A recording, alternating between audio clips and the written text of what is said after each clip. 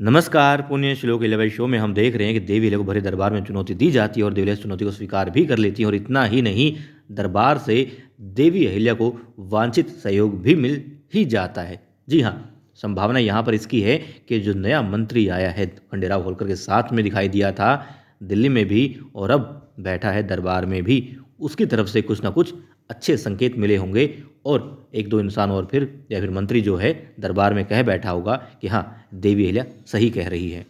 यदि देवी अहिल्या चुनौती दे किसी भी पुरुष को यहाँ पर कि हाँ आओ और मेरे साथ लड़ो, तो वो परास्त हो ही जाएगा, इसमें कोई दो राय नहीं है। देखिए, ये बात तो हम सब लोग जानते हैं और दरबार भी जानता है कि देवी अहिल्या जिस तरफ कदम बढ़ा लेती हैं वहाँ से वापस नहीं लेती और जीत करके ही आती हैं।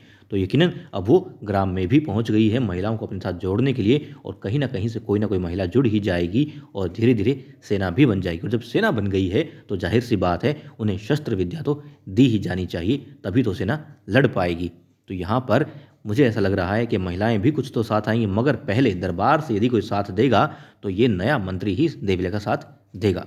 और देखिए, ग्राम में देवी अहिल्या ने कहा कि सेना बनाई जा रही है महिलाओं की, और ये महिलाएं जिनसे देवी अहिल्या बात कर रही है उनसे कहती हैं कि देवी अहिल्या चाहती है कि वो महिलाएं, सभी की सभी महिलाएं इस सेना का महत्वपूर्ण अंग बने।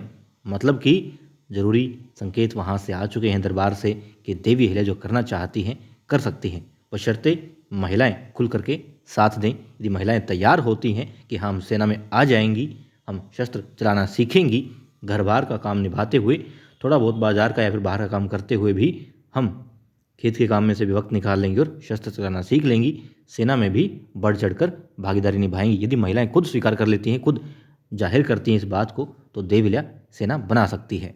क्योंकि ये जो नया मंत्री आया है ये बहुत ज़्यादा उत्सुक नज़र आ रहा है दरबार में बैठा हुआ कि बस मैं खड़ा होकर बोलूँ, मैं खड़ा होकर बोलूँ। और देखिए, बीच का रास्ता निकालने के लिए ये भी संभावना है कि देवी अहिल्या से कह दिया जाए कि पहले महिलाओं को तैयार कर लीजिए, फिर शस्त्रशाला भी खुल जाएगी यदि वो सीखना चाहें तो। यदि सीखना नहीं चाहेंगी तो शस्त्रशाला का विचार आप त्याग दीजिएगा। मुझे तो अब यही लग रहा है, बाकी गलत भी हो सकता हूँ, कोई ज़रूरी नहीं कि मैं सही ही हूँ। लेकिन आप लोगों को क्या लगता है, कैसा होगा?